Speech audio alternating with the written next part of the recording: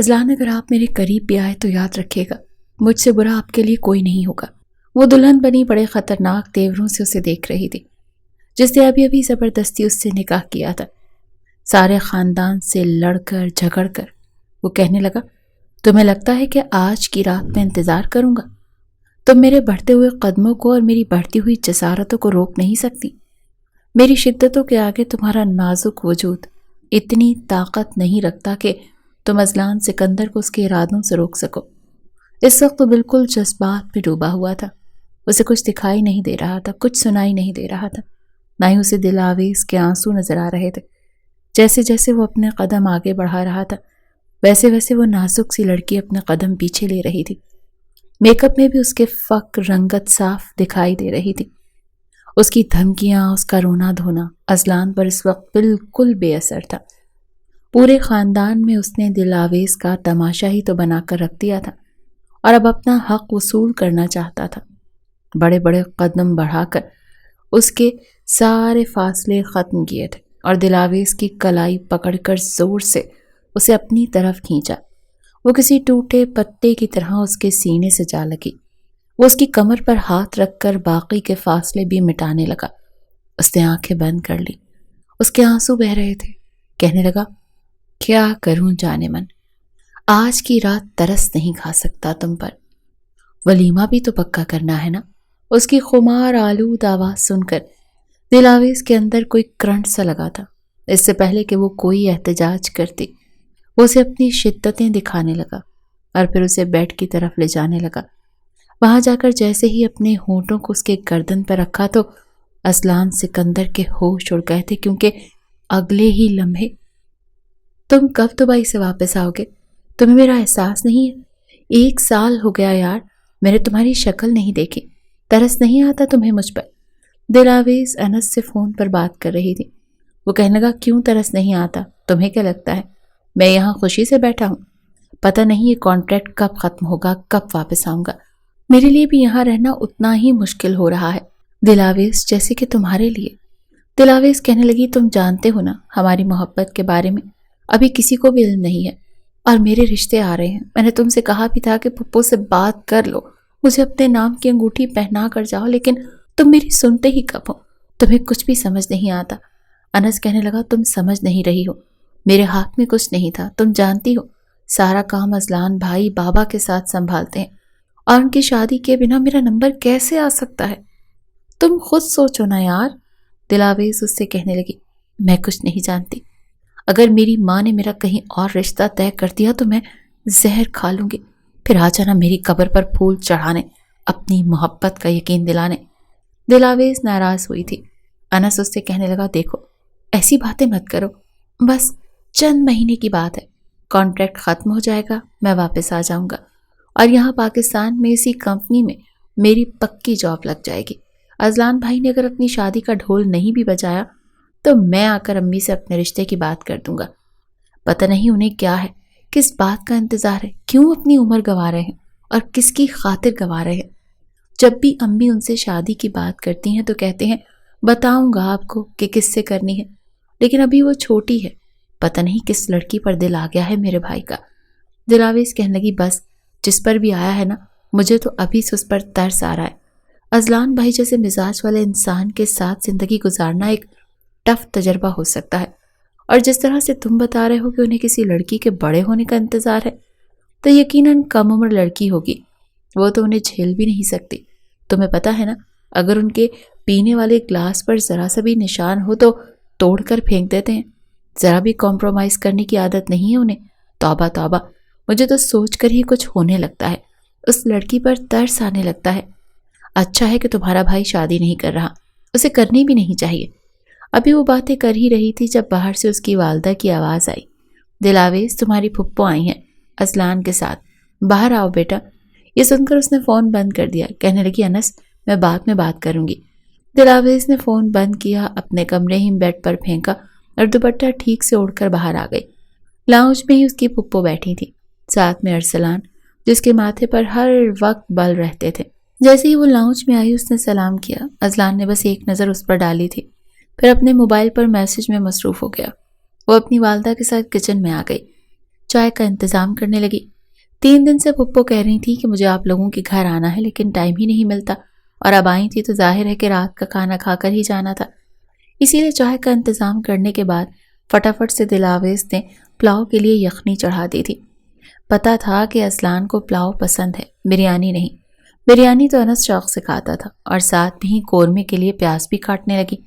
اس کی والدہ نے کہا کہ یہ کیا کر رہی ہو؟ کہنے لگی امی پھپھو آئی ہیں، ظاہر ہے کھانا تو کھا کر ہی جائیں گے نا۔ وہ کہنے لگی کھانا بھی بن ہی جائے گا، پہلے اٹھو، تمہارے پاپا بلا رہے ہیں تمہیں۔ وہ کہنے لگی کہ مجھے کیوں بلا رہے ہیں؟ آپ بڑوں کی باتوں میں کیا کروں گی بیٹھ کر؟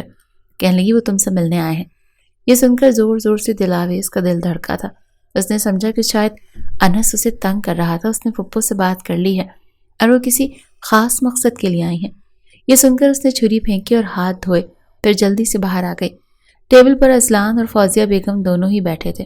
جب انہوں نے دلاویز کو دیکھا تو کہنے لگی آؤ بیٹا، بیٹھو ادھر چائے پیو۔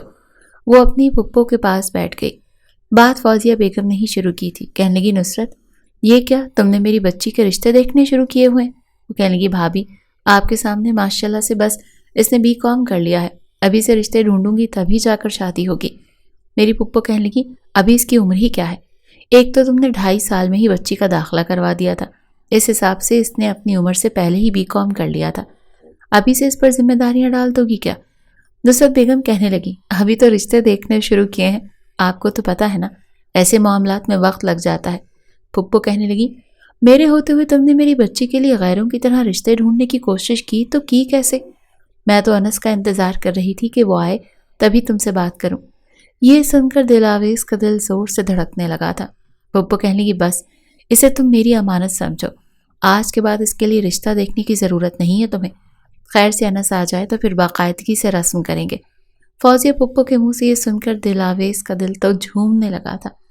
دل ہی دل میں وہ انس کو گالیاں دے رہی تھی کہ کب سے مجھے پریشان کر رکھا تھا کہ آؤں گا تو امی سے بات کروں گا، اب بات کر چکا تھا، میں بھی اسے نہیں بتاؤں گی کہ پھپھو نے رشتہ مانگ لیا، اسے ترساتی رہوں گی، یہی کہوں گی کہ ابھی بات ہوئی ہی نہیں۔ نصرت بیگم کہنے لگی میری بچی کی خوش نصیبی ہوگی اگر وہ آپ کے گھر آئے گی۔ تو فوزیہ بیگم کہنے لگی یہ میری خوش نصیبی ہوگی کہ دلاویز میری بہو بنے۔ اذلان اس وقت نظر چرائے بیٹھا تھا، لیکن شرم بھی کسی چڑیا کا نام ہوتی ہے اور ایسے موقعوں پر لڑکیوں کو آ ہی جاتی ہے، اسی لیے دلاویز واک آؤٹ کر گئی تھی۔ اگلے روز اس کا BCom کا آخری پیپر تھا۔ جب پیپر دے کر کالج سے باہر نکلی تو اذلان کی گاڑی کھڑی تھی۔ یہ دیکھ کر اسے حیرت ہوئی۔ وہ گاڑی کے باہر کھڑا ٹیک لگائے کالا چشمہ پہنے اسے ہی دیکھ رہا تھا۔ جیسے اسے دیکھا تو اپنی جانب آنے کا اشارہ کیا۔ وہ اپنی وین میں بیٹھنے کے بجائے تیز قدم اٹھاتی ہوئے اذلان کے پاس آ گئی۔ کہنے لگی اذلان بھائی آپ یہاں؟ وہ کہنے لگا وہ امی نے کہا تھا کہ تمہیں شاپنگ کروا دوں، میرے پاس ٹائم نہیں ہوتا اسی لیے چلو میرے ساتھ۔ وہ کہنے لگی یوں یونیفارم میں تو اچھا نہیں لگتا۔ وہ کہنے لگا سب اچھا لگتا ہے، اپنے وین والے سے کہہ دو کہ تم خود چلی جاؤ گی۔ دلاویز نے کاندھے اچکائے اور اپنی وین والے سے کہہ دیا کہ وہ اپنی فیملی کے ساتھ جا رہی ہے، پھر اس کی گاڑی کی طرف آئی، پھر اذلان کے ساتھ فرنٹ سیٹ پر بیٹھ گئے۔ وہ کہنے لگا مجھے تم سے کچھ پوچھنا تھا۔ دلاویز کہنے لگی جی کہیے کیا پوچھنا ہے؟ کہنے لگا تمہیں اس رشتے پر کوئی اعتراض تو نہیں ہے؟ بڑے آرام سے اس نے یہ بات کی تھی، حالانکہ اتنا نرم مزاج وہ تھا نہیں۔ اب اس بات پر زور زور سے ڈر کا کہہ کر اپنے بھائی کے رشتے کے لیے میرا رضامندی پوچھ رہا ہے، کیا جواب دے؟ وہ چپ چاپ بیٹھی رہی، اپنے ہاتھوں کی انگلیوں کو چٹکاتی رہی۔ اس نے پھر سے پوچھا، کہنے لگا دل تم سے پوچھ رہا ہوں تمہیں اس رشتے پر کوئی اعتراض تو نہیں ہے؟ وہ کہنے لگی نہیں مجھے کوئی اعتراض نہیں۔ یہ سن کر پہلی بار اذلان کے چہرے پر مسکراہٹ پھیلی تھی۔ کہنے لگا ٹھیک ہے، اصل میں مجھے تم سے یہی پوچھنا تھا۔ پھر اسے شاپنگ مال لے گیا، لیکن اس نے اسے منگنی کے کپڑے اپنی چوائس کے لے کر دیے تھے۔ وہ کہہ بھی رہی تھی کہ مجھے یہ کلر نہیں پسند، مجھے پنک کلر کی میکسی پہننی ہے، لیکن وہ کہنے لگا نہیں مجھے بلو کلر پسند ہے اور نیوی بلو پر سلور کام بہت اچھا لگ رہا ہے، تو تم یہی پہنو گی۔ ویسے بھی دلاویز اذلان کے سامنے زیادہ بولتی نہیں تھی کیونکہ وہ اس سے عمر میں 10 سال بڑا تھا، پھر اگر دیکھا جاتا تو اس کا رشتہ بھی بڑا تھا، مستقبل میں اس نے اس کا جیٹھ بننا تھا۔ وہ اذلان سے کبھی بھی بے تکلف نہیں ہو سکتی تھی، ورنہ اس سے پوچھ لیتی کہ آپ کون ہوتے ہیں میرے لیے منگنی کا جوڑا منتخب کرنے والے؟ انس کو تو پنک کلر پسند ہے، اب میں وہی پہنوں گی، لیکن چاہ کر بھی یہ کہہ نہیں پائی۔ ساری شاپنگ اذلان نے خود کی تھی، اسے لگ رہا تھا جیسے وہ بس صرف اس کی چوائس پر سر ہلانے کے لیے آئی ہے کہ ہاں یہ بھی ٹھیک ہے اور وہ بھی ٹھیک ہے۔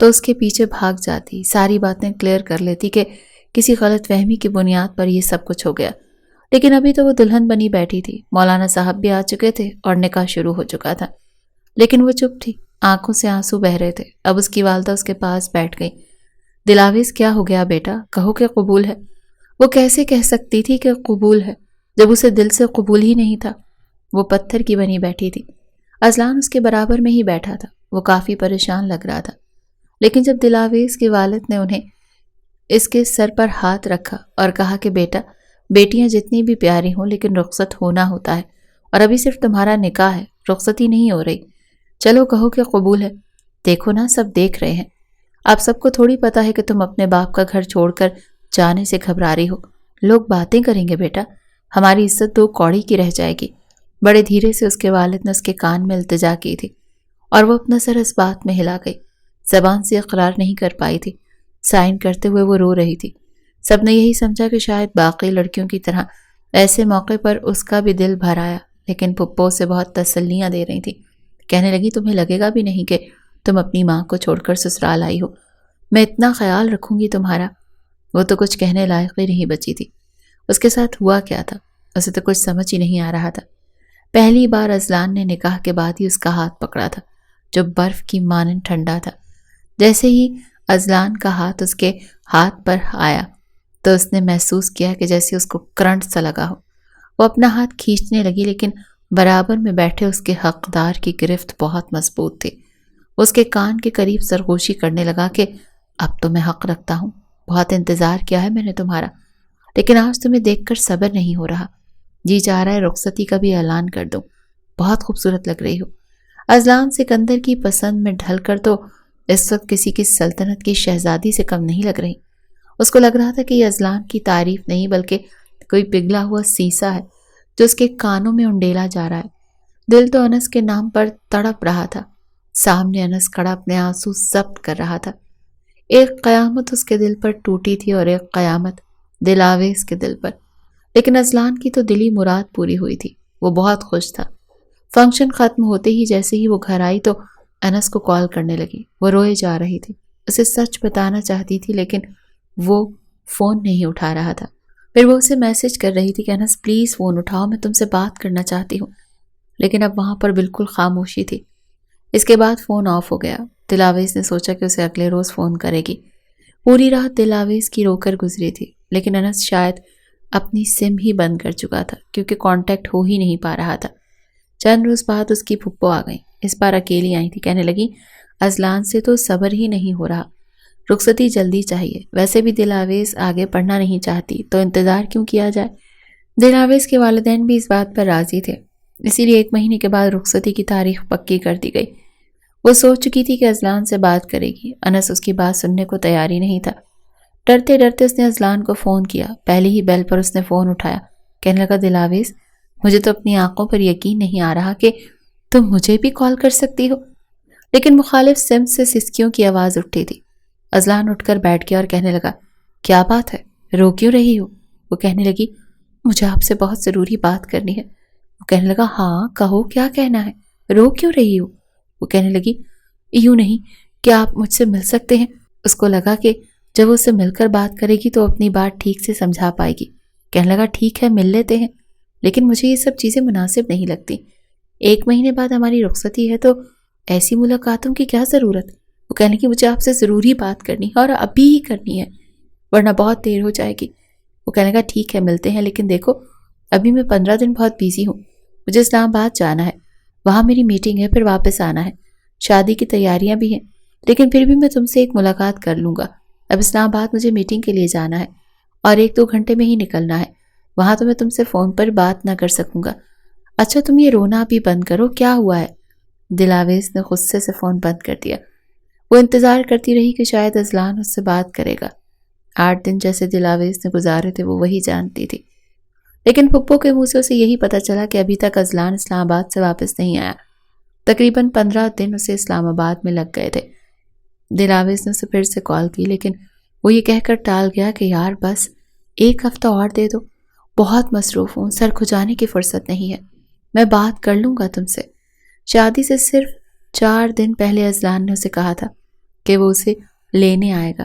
اس وقت تک کارڈ بن چکے تھے، دونوں جانب سے ساری تیاریاں مکمل ہو چکی تھیں، ہال بک ہو چکے تھے۔ اذلان جب اسے لینے آیا تو وہ چپ چاپ گاڑی میں بیٹھ گئی، رو رو کر آنکھیں سوجی ہوئی تھی۔ اذلان کہنے لگا کیا ہوا ہے؟ وہ کہنے لگی کچھ نہیں، ہم کہیں بیٹھ کر بات کر سکتے ہیں؟ کہنے لگا ہاں ٹھیک ہے، قریب میں گارڈن ہے، وہاں چلے چلتے ہیں۔ قریبی پارک میں وہ چلے گئے، وہاں پر رکھے بینچ پر اسے بیٹھنے کا اشارہ کیا، خود بھی اس کے برابر میں بیٹھ گیا۔ بہت بیزی تھا۔ ہاں تم کہو کیا کہنا ہے؟ وہ کہنے لگی میں آپ سے محبت نہیں کرتی۔ یہ سن کر اذلان کے ہوش اڑے تھے۔ کہنے لگا Dilawaiz are you in your senses? تم ہوش میں تو ہو؟ تم کیا کہہ رہی ہو؟ وہ رونے لگی اور کہنے لگی میں بالکل ٹھیک کہہ رہی ہوں۔ وہ کہنے لگا دماغ خراب ہو گیا ہے تمہارا؟ تم سے میں پہلے پوچھ چکا ہوں، تب تم نے کہا تھا تمہیں کوئی اعتراض نہیں ہے، اور اب شادی کو 4 دن رہ گئے اور تم کہہ رہی ہو کہ تم مجھ سے محبت نہیں کرتی؟ دلاویز میں اس وقت اس قسم کی کوئی بات بھی سننے کے موڈ میں نہیں ہوں، مجھے کوئی بھی ایکسکیوز مت دینا۔ کہنے لگی میں غلط فہمی کے بنا پر سب کچھ کہا تھا۔ کہنے لگا شٹ اپ، کھڑی ہو یہاں سے، تمہاری کوئی بکواس مجھے نہیں سننی ہے۔ میں پچھلے 10 سال سے تم سے محبت کر رہا ہوں، 10 سال کی محبت سے دستبردار ہونے کا تو سوال ہی پیدا نہیں ہوتا۔ اس کا ہاتھ پکڑ کر غصے سے اسے گھسیٹتے ہوئے اپنی گاڑی کے پاس لے کر گیا۔ وہ کہنے لگی میری بات تو سن لے۔ وہ کہنے لگا کچھ نہیں سنوں گا، تمہاری ساری باتیں ہی فضول ہیں، اب یہ شادی کے بعد سنوں گا۔ شرافت سے بنا کوئی نخرہ اور تماشا لگائے رخصتی ویسے ہی کرنا جیسے ہو رہی ہے۔ وہ بہت غصے میں تھا۔ دلاویز کہنے لگی میں نہیں کروں گی کیونکہ میں کسی اور سے محبت کرتی ہوں، آپ میری بات ایک بار تو سن لے۔ وہ کہنے لگا نہیں، کچھ نہیں سنوں گا، اگر تم نے کوئی بھی تماشا لگایا تو یاد رکھنا تمہارے ساتھ بہت برا سلوک کروں گا کہ تم سوچ بھی نہیں سکتی۔ یہ کہہ کر اس نے اس کے گھر کے باہر گاڑی روک دی تھی۔ وہ کہنے لگا اترو اور اپنے گھر جاؤ۔ وہ بہت غصے میں تھا، چہرہ غصے سے تم تما رہا تھا۔ ایک آخری بار التجائی نظروں سے دلاویز نے اس کی طرف دیکھا تھا، شاید اسے رحم آ جاتا، مگر جس طرح دلاویز اپنی محبت کے لیے تگ و دو میں لگی تھی، ویسے ہی اذلان اپنے 10 سال کی محبت کو بھلا کیسے اپنے ہاتھوں سے جانے دے سکتا تھا، جب اس نے 10 سال اس لڑکی کی خاطر انتظار کیا تھا۔ آئی سیڈ گھر جاؤ جلدی، میں تمہیں اپنا کر لوں گا۔ مجھے اس بات پر مجبور نہ کرو کہ میں تمہیں بغیر کوئی مہندی بارات کا فنکشن کیے ابھی اسی وقت رخصت کر کے اپنے گھر لے جاؤ، سمجھی؟ تو جاؤ شاباش اندر جاؤ، اور خبردار جو کسی سے اس بارے میں بات کرنے کی کوشش کی تم نے، میں اپنا تماشا بنتے ہوئے بالکل بھی برداشت نہیں کروں گا۔ اذلان کا غصہ ایک دم سے ابلتے ہوئے باہر آیا تھا۔ وہ محبت اور اپنائیت جو اتنے روز سے اذلان اسے دکھا رہا تھا، ایک دم سے جیسے سب اڑن چھو ہو چکا تھا۔ وہ دھیرے دھیرے قدم چلتی گھر میں داخل ہوئی، سامنے جہیز کے جوڑے رکھ کر آنکھوں میں آنسو لیے بڑے پیار سے ان کپڑوں کو دیکھ رہی تھی۔ جیسے ہی دلاویز اندر آئی تو اپنی بیٹی کے ماتھے پر اپنے لب رکھ کر کہنے لگی بیٹا تم بہت خوش قسمت ہو جو تمہیں اتنی اچھی ساس ملی، اذلان جیسا شوہر ملنے والا ہے، یقین مانو تم اس گھر میں بہت خوش رہو گی، تمہیں کسی چیز کی کوئی کمی نہیں آنے دیں گے۔ وہ اپنی ماں کی باتیں مشکل سے چہرے پر مسکراہٹ سجا کر سن رہی تھی، آنکھوں میں آنسو ایک بار پھر آنے لگے تھے، مگر اس کی ماں کہنے لگی نہیں میری بیٹی، رونے کی کوئی ضرورت نہیں ہے، فکر مت کرو، تمہاری پھپھو تمہارا بہت ہی زیادہ خیال رکھیں گی، دیکھنا تم اپنی پھپھو کی محبت پا کر ہمیں بھی بھول جاؤ گی۔ اپنی ماں کی ساری باتیں چپ چاپ سننے کے بعد وہ سیدھا اپنے کمرے میں آئی تھی، دروازہ لاک کر کے کتنی ہی دیر روتی رہی۔ اذلان کے ساتھ اس کی شادی ہوئی تھی، مگر جس طرح بدگمانیاں انس کے دل میں آ چکی تھی، وہ سوچ سوچ کر دلاویز مزید گھبرا رہی تھی۔ نہ جانے اس گھر میں جانے کے بعد وہ کیسے اپنی زندگی اذلان کے ساتھ گزار پائے گی۔ وہ تو انس کے علاوہ کسی اور کے بارے میں سوچ بھی نہیں سکتی تھی۔ آخری بار اس نے انس کے نمبر پر کال ملائی، خوش قسمتی تھی یا پھر بد قسمتی، مگر انس کال اٹھا چکا تھا۔ جیسے ہی کال اٹھائی گئی تو وہ بغیر ایک لمحے کے بھی دیری کیے بغیر روتے ہوئے کہنے لگی پلیز میری بات سن لیجیے گا، میری پوری بات سنے بغیر فون بند مت کیجیے گا، مجھے آپ سے ضروری بات کرنی ہے، پلیز میری بات سن لیجیے گا، میں آپ کو جو کچھ بتانے والی ہوں آپ سنیں گے تو آپ کو میری مجبوری کا احساس ہوگا۔ جیسے ایک ہی سانس میں وہ بول رہی تھی، دوسری جانب بالکل خاموشی چھائی تھی۔ اس سے پہلے کہ وہ مزید کچھ کہتی، ایک دم سے ایک گھمبیر آواز گونجی، میں نے تمہیں کیا کہا تھا دلاویز؟ اگر میرے بجائے خدا نخواستہ انس تمہاری کال اٹھا لیتا تو جانتی ہو کیا ہوتا؟ تم یہاں پر میری عزت کی دھجیاں اڑانا چاہتی ہو؟ تم یہ بات انس کو بتانے والی تھی کہ تم مجھ سے شادی نہیں کرنا چاہتی؟ تم کیسی لڑکی ہو؟ تم ایسا کر بھی کیسے سکتی ہو؟ کیا تمہیں میری عزت کا کوئی خیال نہیں؟ تمہاری غلطی کی بات میرے دل میں جو تھوڑی بہت تمہارے لیے نرمی بچی تھی وہ بھی ختم ہو چکی ہے۔ مجھ سے کسی طرح کی کوئی رحم کی امید مت رکھنا۔ میں تمہارا نمبر یہاں سے بلاک کر رہا ہوں، آئی سمجھ؟ بلکہ میں فون کرتا ہوں، تمہارا موبائل تم سے لیتا ہوں۔ یہ کہہ کر اذلان غصے سے فون بند کر چکا تھا، اور دلاویز کو لگا جیسے دنیا کے سارے سمندروں کا پانی اس کے اوپر انڈیل دیا گیا ہو۔ اگر ایک سیکنڈ کی بھی دیر کے بغیر وہ کال پر انس کو بتا دیتے تو اس وقت دلاویز نہ جانے اینٹ سے اینٹ بجا چکا ہوتا۔ گہرے گہرے سانس لیتی دلاویز وہیں فرش پر بیٹھ چکی تھی۔ کچھ دیر بعد ہی اس کی ماں کمرے میں آئی، پھر کہنے لگی، ارے بیٹا موبائل کہاں ہے تمہارا؟ اذلان نے بڑے پیار سے کہا ہے کہ وہ اب جب تک شادی نہیں ہو جاتی نہ خود موبائل استعمال کرے گا اور نہ تمہیں کرنے دے گا۔ تب میرے راج دلارے داماد نے مجھے کہہ دیا ہے، بھلا میں کیسے اس کی بات نہیں مانوں گی؟ دلاویز چپ چاپ روتی آنکھوں سے دیکھ رہی تھی۔ اس کا موبائل بھی آف کر کے اس کی ماں ساتھ لے جا چکی تھی۔ اگلے روز مہندی کا فنکشن تھا۔ وہ مہندی کی دلہن کم اور کفن میں لپٹی ہوئی لاش زیادہ لگ رہی تھی۔ مہندی کے جوڑے میں اس کی پیلی پڑتی رنگت دیکھ کر عورتیں آپس میں منہ جوڑ رہی تھی۔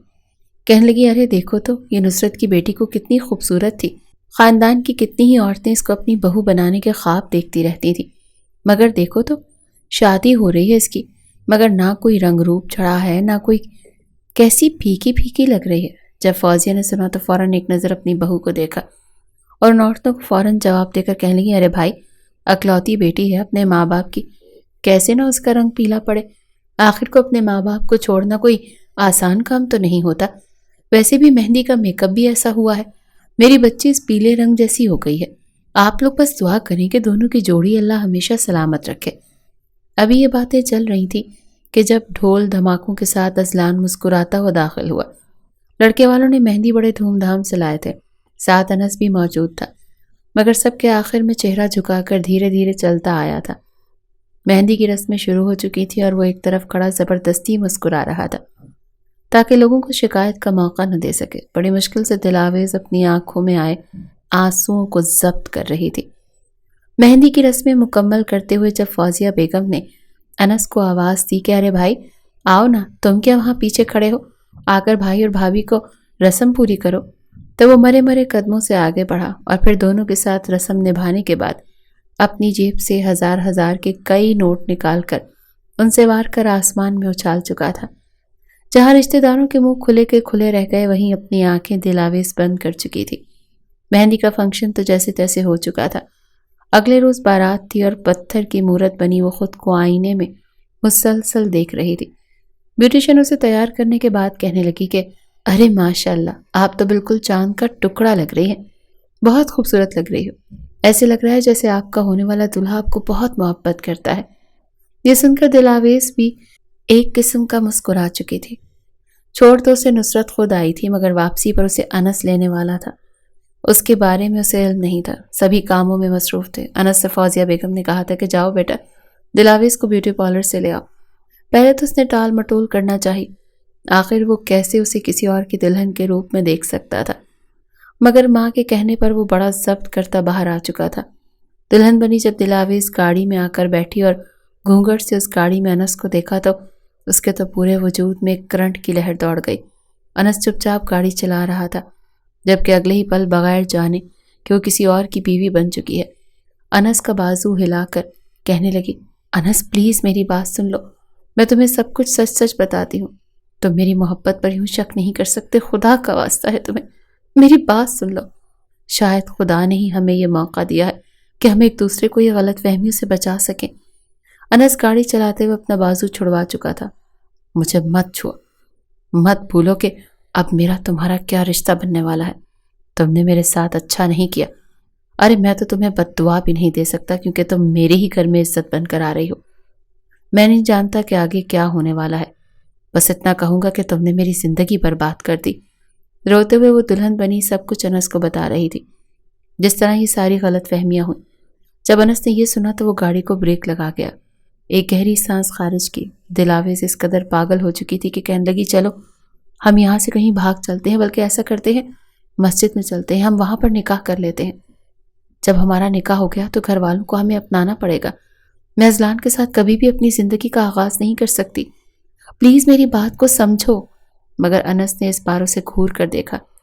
شاید تم بھول رہی ہو دلاویز، تم اس قدر جذباتی اور جنونی پن میں پاگل ہو چکی ہو کہ تم یہ بھی بھول چکی ہو کہ تمہارا نکاح اذلان بھائی سے ہو چکا ہے۔ یہ سن کر دلاویز کا دل 100 ٹکڑوں میں ہو چکا تھا۔ ایک آخری امید، ایک آخری ڈھارس جو تھی کہ وہ کسی طرح انس کی ہو سکتی ہے، وہ بھی ختم ہو چکی تھی۔ وہ خاموش ہو کر بیٹھ گئی، دماغ میں آندھیاں چل رہی تھی۔ جب دلاویز کا ہاتھ اذلان تھام کر سٹیج کی طرف لا رہا تھا، سب دونوں پر پھول برسا رہے تھے۔ کچھ دیر بعد رخصتی کا وقت ہوا اور وہ سب سے ملی، اور پھر اذلان کا ہاتھ تھام کر گھر کی طرف رخصت ہو کر آئی تھی۔ اسے اذلان کے کمرے میں لا کر بٹھا دیا گیا تھا۔ جس پل انس کے کمرے کے ساتھ ہی موجود اذلان کے کمرے میں دلاویز کو لے جایا جا رہا تھا، تب ایک کاش انس کے دل میں بھی ابری تھی کہ وہ ایک گہری سانس خارج کر کے کہنے لگا کہ کاش اس نے دیری نہ کی ہوتی۔ وہ اپنی پسند اگر اپنی ماں کو بتا دیتا تو آج بھائی کا نہیں بلکہ میرا کمرہ میری محبت کا استقبال کر رہا ہوتا، میری سلطنت میں میری محبت کو خوش آمدید کہہ رہا ہوتا۔ یہ آخری سوچ تھی جو انس نے سوچی تھی، اور اس کے بعد اپنے کمرے میں چلا گیا۔ بیڈ پر دلہن بنی بیٹھی دلاویز ابھی بھی اپنی آنکھوں میں آنے والے آنسوؤں کو روک نہیں پا رہی تھی۔ اب تک جو شادی ہوئی سوئی، مگر اسے اصل ڈر تو اب اذلان سے لگ رہا تھا۔ وہ اس کی بیوی تھی، اس کے کمرے میں موجود تھی۔ مرد تو ہوتی ہی شک کے مزاج ہے۔ اگر اذلان اس سے پوچھ لیتا کہ بتاؤ کون ہے وہ شخص جس کی محبت میں تم گرفتار تھی، یا پھر ساری عمر تانے دیتا، مارتا پیٹتا، تو اس طرح کی باتیں سوچ سوچ کر دلاویز کپ کپ آ رہی تھی۔ فوراً بیڈ سے اٹھی، پیاس سے اس کا حلق سوکھ رہا تھا۔ ٹیبل کی جانب بڑھ کر ابھی پانی کا گلاس لبوں کو لگایا ہی تھا کہ جب اذلان کمرے میں داخل ہو گیا۔ ارے واہ، روایتی دلہنوں کو تو میں نے بیڈ پر گھونگھٹ گرا کر اپنے شوہر کا انتظار کرتے ہوئے دیکھا تھا، مگر واحد دلہن دیکھ رہا ہوں جو کھڑے ہو کر اپنے ہونے والے دولہے کا استقبال کر رہی ہے۔ اذلان کے منہ سے شوخ الفاظ سن کر دلاویز کا چہرہ سرخ لال ہونے لگا تھا، لیکن اگلے ہی پل گھبرا کر وہ اپنا گھونگھٹ اوپر کر کر کہنے لگی، میں زبردستی کی بیوی ہوں، آپ یہ بات یاد رکھیے گا، میں کبھی بھی آپ کو اپنے قریب نہیں آنے دوں گی، نہ ہی میں آپ کو اپنا شوہر تسلیم کرتی ہوں۔ آپ میرے قریب نہیں آئیں گے، سمجھے آپ؟ میں یہاں صوفے پر سو جاؤں گی، آپ بے شک بیڈ پر سو جانا، مجھے اس رشتے کو سمجھنے کے لیے وقت چاہیے۔ بڑی مشکل سے ایک ہی سانس میں دلاویز نے یہ سب کچھ کہا تھا۔ اکثر کہانیوں میں اور ڈراموں میں اس نے دیکھ رکھا تھا کہ جب لڑکی خود سے محبت کرنے والے ایک مہذب ٹولے کو یہ سب کچھ کہتی ہے تو وہ فوراً اس کا ہاتھ پکڑ کر کہہ دیتا ہے، ٹھیک ہے، اگر تم مجھے اجازت نہیں دو گی تو میں تمہارا ہاتھ بھی نہیں پکڑوں گا، تم سے دوری بنا کر رکھوں گا، ہم تو اچھے دوست بن کر رہیں گے اور اس رشتے کو سمجھنے کے بعد ہی اسے آگے بڑھائیں گے۔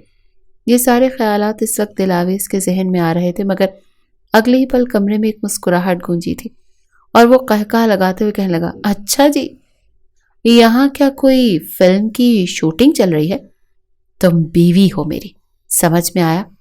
10 سال سے میں تمہاری محبت حاصل کرنے کے لیے تڑپ رہا ہوں، میں تمہیں پانا چاہتا تھا، تم میں کھو جانا چاہتا تھا، اور اب جب تم مجھے مل رہی ہو تو مجھے یہ کہانیاں سنا رہی ہو؟ بالکل بھی نہیں، مجھے تو ولیمہ پکا کرنا ہے، کل ولیمہ ہے ہمارا، اور اس سے پہلے میں تمہارے وجود پر اپنی محبت کی چھاپ چھوڑنا چاہتا ہوں۔ یہ سن کر دلاویز کی روح کانپ چکی تھی، اس کی ساری مزاحمتیں بیکار گئی تھی، کیونکہ کہاں وہ نازک سی کم عمر سی لڑکی اور کہاں وہ جو اس سے عمر میں 10 سال بڑا تھا، وہ تو جیسے اس کے سائے سے بھی پناہ مانگتی تھی۔ اپنی باہوں میں وہ دلاویز کو بھر کر بستر پر لے آیا تھا۔ گھبراہٹ کے مارے وہ سارے منصوبے جو دلاویز نے اذلان کو خود سے دور رکھنے کے بارے میں سوچ رکھے تھے، وہ سب دھرے کے دھرے رہ چکے تھے۔ ساری رات وہ اذلان کی جو شدتوں کو بڑھتا ہوا محسوس کرتی رہی، مگر اسے خود سے جدا کسی طور پر بھی نہیں کر پائی۔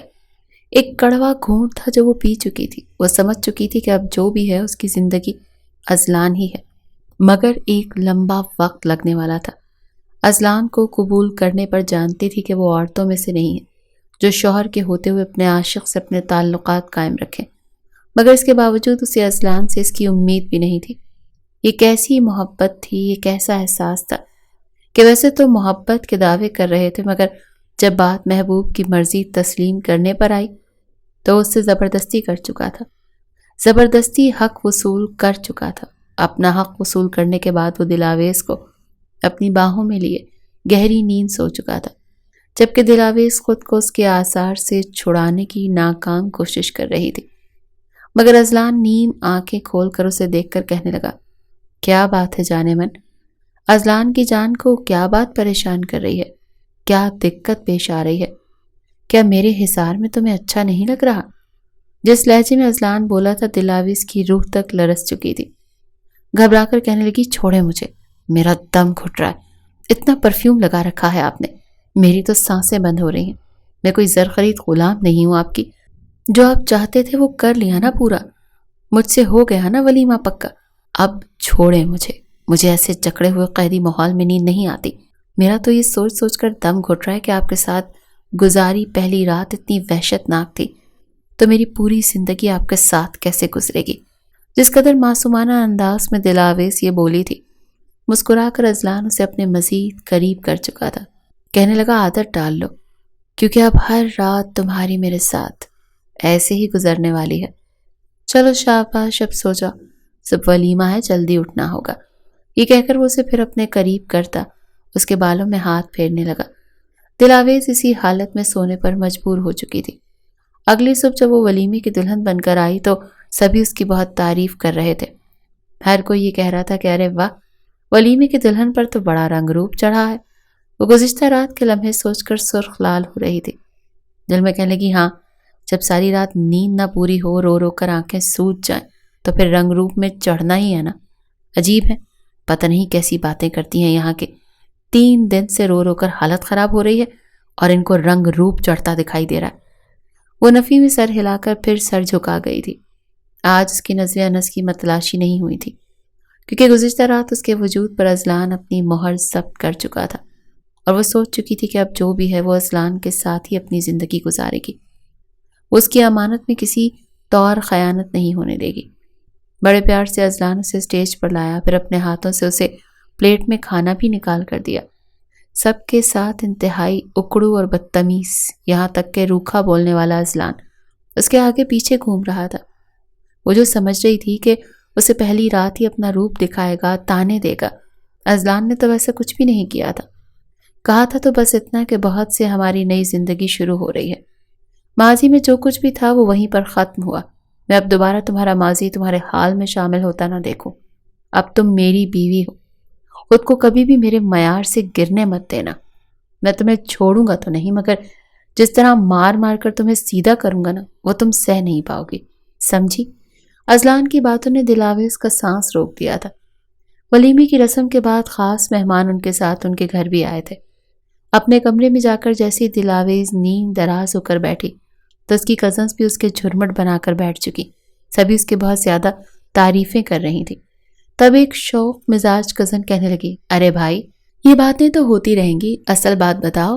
دلاویز انہیں نا سمجھی سے دیکھنے لگی۔ تبھی وہ سبھی لڑکیاں ایک دوسرے پر ہاتھ مار کر تالی بجاتے ہوئے ہنستے ہوئے کہنے لگیں کہ ہاں ہاں، اس موقع پر تو آتے ہیں، ہماری بات کا اصل موضوع تو دراصل وہی ہے، ہم اس کمرے میں آئے ہی اسی لیے ہیں تاکہ بیچ کی بات اگلوا سکیں۔ ان کی یہ باتیں سن کر دلاویز نا سمجھی سے انہیں دیکھ رہی تھی۔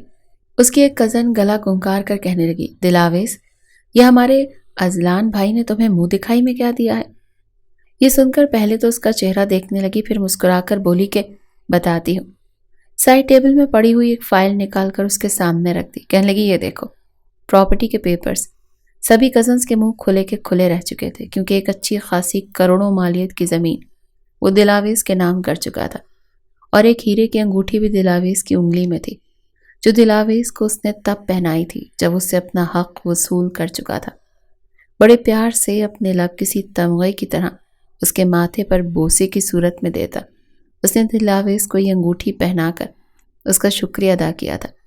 وہ لڑکیاں بار بار اس سے پوچھ رہی تھی کہ ارے یہ سب کچھ تو ہو گیا، اب یہ بتاؤ اس کے بعد کیا ہوا؟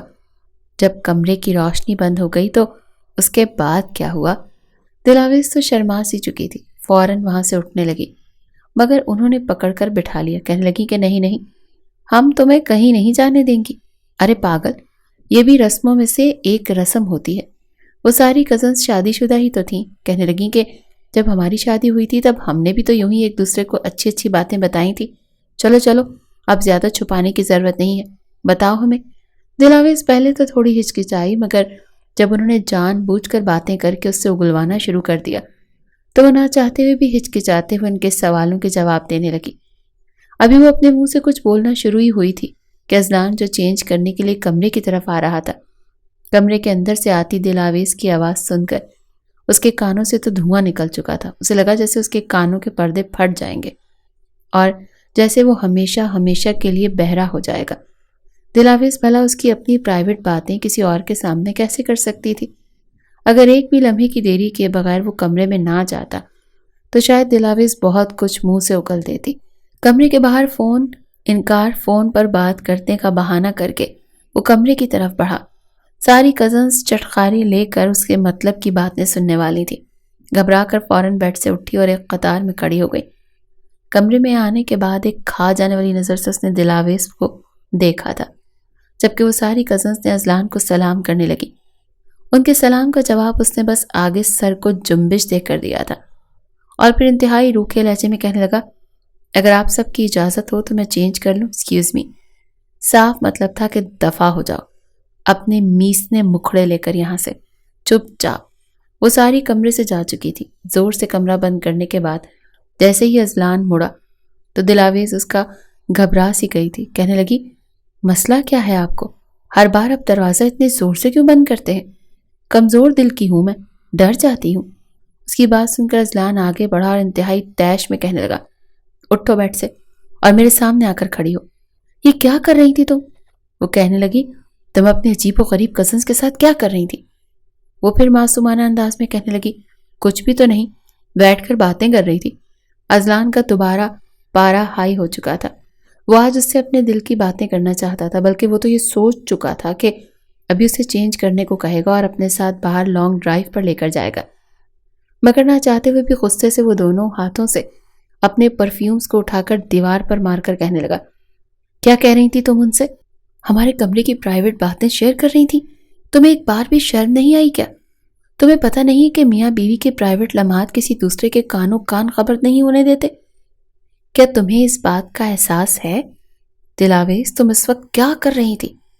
میں نے تمہیں کل ہی کہا تھا کہ خود کو کبھی میرے معیار سے گرنے مت دینا، ورنہ میں تمہیں ایسی مار ماروں گا کہ تم سہ نہیں پاؤ گی۔ اور تم نے اس گھر میں آتے ہی اتنی بڑی غلطی کر دی۔ وہ گھبرا چکی تھی۔ اذلان کا اتنا غصہ دیکھ کر پیچھے ہٹی اور گھبرا کر کہنے لگی کہ نہیں، میں نے تو کچھ نہیں کیا۔ وہ خود مجھ سے جان بوجھ کر پوچھ رہی تھی، میں نے کچھ نہیں بتایا، نہیں چاہتی تھی میں بتانا، مجھے تو خود شرم آ رہی تھی۔ مگر اذلان کہنے لگا، وہ تو میں دیکھ ہی رہا تھا جتنی تمہیں شرم آ رہی تھی، جس طرح تم بتا رہی تھی تمہیں اب اس کی سزا ملے گی اور برابر ملے گی۔ دلاویز اس وقت کو پچھتانے لگی جب وہ تھوڑی دیر آرام کرنے کے لیے اس کمرے میں آئی تھی۔ سارا دن ہائی ہیلز پہن کر اس کے پاؤں درد کرنے لگ گئے تھے، اسی لیے کچھ دیر آرام کرنے کے لیے کمرے کی طرف آئی تھی اور اس کی کزنز بھی آ چکی تھی۔ گھبرا کر کہنے لگی کہ نہیں پلیز، مجھے کوئی سزا مت دیجیے گا، سوری کرتی ہوں میں آپ سے، میں وعدہ کرتی ہوں کہ میں دوبارہ غلطی نہیں کروں گی۔ مگر وہ کہنے لگا، نہیں، اتنی آسانی سے تو معاف نہیں کر سکتا تمہیں، اس کی سزا تو دوں گا۔ جب تک مجھے واقعی نہ لگا تب تک تم وہ سزا بھگتتی رہو گی۔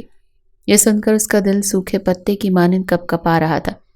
جب اذلان آگے بڑھا، ایک نظر دلاویز کو دیکھنے کے بعد کہنے لگا، چلو واش روم۔ وہ حیرت سے دیکھنے لگی، کہنے لگی، کیا مطلب؟ وہ اسے بازو سے پکڑ کر واش روم میں دھکیل چکا تھا اور پھر شاور کے نیچے کھڑا کرنے کے بعد شاور کھول دیا۔ ٹھنڈا ٹھار پانی جب اس کے وجود پر گرا تو وہ فوراً اذلان کے سینے سے لپٹی تھی۔ کہنے لگی، اذلان پلیز شاور بند کریں، بہت ٹھنڈا پانی ہے۔ یہ کیا کر رہے ہیں آپ؟ مگر اذلان اسے خود سے دور کر کے شاور کے نیچے کھڑا کر دیا۔ کہنے لگا کہ یہی تمہاری سزا ہے، تم نے جو غلطی کی ہے میری نظر میں وہ بہت بڑی ہے، اب تو مجھ سے رحم کی اپیل نہیں کر سکتی۔ جس قدر اذلان کو غصہ آیا تھا وہ چپ چاپ شاور کے نیچے کھڑی ہو گئی۔ اس کا سارا میک اپ بہہ چکا تھا، کپڑے بھیگ چکے تھے، وہ کپ کپا رہی تھی۔ التجائی نظروں سے اذلان کو دیکھ کر کہہ رہی تھی کہ جھوٹ بولتے ہیں آپ کہ آپ کو مجھ سے محبت ہے، یہ صرف اور صرف ڈرامہ تھا۔ اگر آپ کو مجھ سے سچ مچ محبت ہوتی تو آج آپ میرے سارے سب کچھ نہ کر رہے ہوتے۔ اذلان جو سامنے کھڑا اس کی یہ بات سن رہا تھا اگلے ہی پل آگے بڑھا اور اسے بازو سے کھینچ کر اپنے سینے سے لگا لیا۔ کہنے لگا، اچھا، اور تم جو میری محبت کا ڈھنڈورا سرعام پیٹ رہی تھی اس کے بارے میں کیا خیال ہے؟ شرم نہیں آتی تمہیں؟ یہ سزا ہے تمہاری۔ مجھے بلیک میل کرنے کی کوشش مت کرو، ورنہ تمہارے حسین سراپے کو دیکھ کر ویسے ہی میرا دل گستاخیاں کرنے کو چاہ رہا ہے۔ دلاویز تو خاموش ہو چکی تھی، اس کے لب نیلے پڑنے لگے تھے۔ شاید اذلان کو بھی اس پر رحم آ چکا تھا۔ بڑے پیار سے اس نے شاور بند کیا اور پھر اپنے ہاتھوں سے اپنی پسند کا ڈریس نکال کر اسے دیا۔ آدھے گھنٹے تک پانی میں بھیگنے کے بعد وہ کپ کپا رہی تھی۔ دلاویز جب کپڑے چینج کر کے باہر نکلی تو اسے اپنے سامنے دیکھ کر وہ کہنے لگا، دیکھو، آئندہ اگر میں نے تمہیں اس طرح کی غلطیاں کرتے دیکھا تو میں تمہیں آسانی سے معاف نہیں کروں گا، سمجھی تم؟ جواب میں دلاویز سر ہلا چکی تھی۔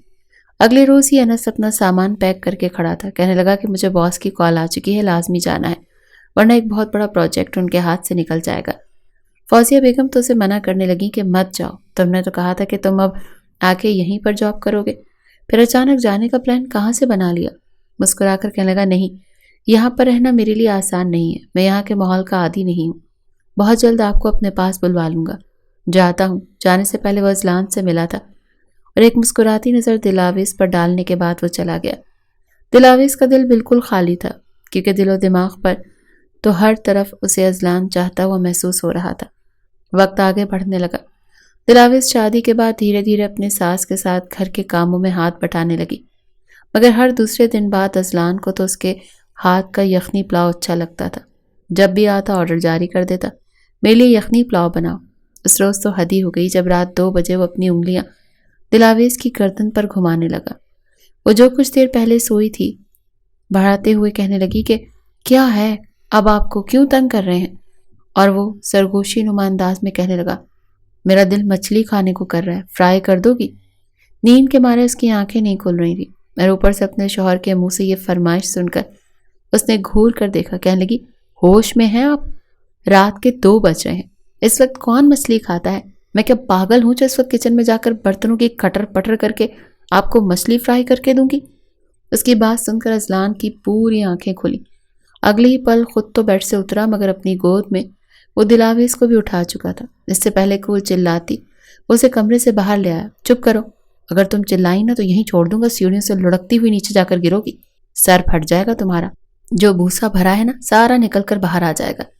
دلاویز نے جب اس کے منہ سے یہ سنا تو دلاویز گھبرا سی گئی۔ استغفار، کتنی خوفناک خیالات ہیں آپ کے، ڈر نہیں لگتا آپ کو کیا؟ اور کیا بولے جا رہے ہیں؟ اس کی گود میں جھولتی ہوئی ابھی یہ بولی ہی تھی جب اس نے اسے کچن کے شیلف کے سامنے لا کر کھڑا کر دیا۔ کہنے لگا، مجھے مچھلی بنا کر دو۔ جمائی لیتا ہوا خود تو سامنے کرسی پر بیٹھ چکا تھا اور وہ رونی صورت بنا کر اس کا چہرہ دیکھ رہی تھی۔ اسے یوں کھڑا دیکھ کر کہنے لگا، اب کیا صدمے میں ساری رات یہیں گزار دینی ہے؟ مچھلی بناؤ نا، جلدی کرو، میرے منہ میں پانی آ رہا ہے، یہ نہ ہو کہ مچھلی کی جگہ میں تمہیں کچا چبا جاؤں۔ دلاویز غصے سے دونوں پاؤں زمین پر پٹکتی دبی آواز میں چیخ کر رہ گئی۔ فریج سے مچھلی نکالی اور اس کو صاف کیا، مسالہ لگا کر پھر اسے فرائی کرنے لگی۔ جیسے جیسے وہ یہ سب کر رہی تھی اذلان بڑی اپنائیت اور پیار بھری نظروں سے اسے دیکھ رہا تھا۔ اسے یوں گھورتا دیکھ دلاویز کے چہرے پر بھی مسکراہٹ پھیل چکی تھی، نہ جانے کیوں، مگر اسے یہ سب کچھ کرنا اچھا لگ رہا تھا۔ شاید یہ ان دونوں کے رشتے کی طاقت تھی جو اسے دن بدن اذلان کے مزید قریب کرتی چلی جا رہی تھی۔ مچھلی فرائی کر کے اس نے اذلان کے منہ کے سامنے رکھی، کہنے لگی، کھا لیں، اب جا رہی ہوں میں کمرے میں سونے۔ مگر اس کا ہاتھ پکڑ کر اپنے ساتھ ہی بٹھا چکا۔ کہنے لگا، ایسے کیسے جا رہی ہوں؟ اب اس میں سے کانٹے کون نکالے گا؟ شاباش، صاف کر کے میرے منہ میں ڈالو۔ وہ چکرا کر رہ چکی تھی۔ اف میرے خدایا، کیسا شوہر ملا ہے مجھے، کیسے ضدی ہیں آپ، رات کے 2 بجے مجھے اٹھا کر بٹھایا ہوا ہے، آپ کے بچے تو مجھے پاگل ہی کر کے رکھ دیں گے۔ وہ تیزی میں یہ سب کچھ بول تو چکی تھی مگر اگلی پل شرم سے پانی پانی ہو گئی۔ اسے یوں شرماتا دیکھ کر ایک قہقہا اس کے کچن میں گونجا تھا۔ مسکرا کر کہنے لگا، فکر مت کرو، کچھ دنوں تک تمہیں یہ خوشخبری بھی ملنے ہی والی ہے کہ تم چھوٹے اذلان کی ماں بننے والی ہو۔ پاگل لڑکی، شرم کے مارے وہ اپنا چہرہ چھپا کر اپنا سر اذلان کے سینے پر رکھ چکی تھی۔ زندگی یوں ہی آگے بڑھنے لگی۔ کچھ وقت بعد انس کی کال آئی کہ اسے وہیں پر ایک امپلائی سے محبت ہو چکی ہے اور وہ اس سے شادی کرنے والا ہے۔ یہ سن کر ایک مسکراہٹ دل آویز کے چہرے پر بھی پھیل چکی تھی کہ چلو، انس بھی زندگی میں آگے بڑھ چکا ہے۔ اس کے ساتھ ہی مسکراتے ہوئے فوزیہ بیگم نے اسے یہ خوشخبری بھی سنائی کہ خیر سے تم چاچو بننے والے ہو۔ جواب میں وہ بھی گہری مسکراہٹ چہرے پر سجا کر مبارکباد وصول کر چکا تھا۔ یہی تو قسمت تھی ان کی، یہی تو قسمت کا لکھا تھا۔ اب وہ قسمت سے تو نہیں لڑ سکتا تھا۔ قسمت کے آگے زور چلا ہی کس کا ہے؟ یہ سوچ کر وہ ماضی کو ایک خواب سمجھ کر بھول گیا۔ وہ اپنی زندگیوں میں آگے بڑھ چکے تھے۔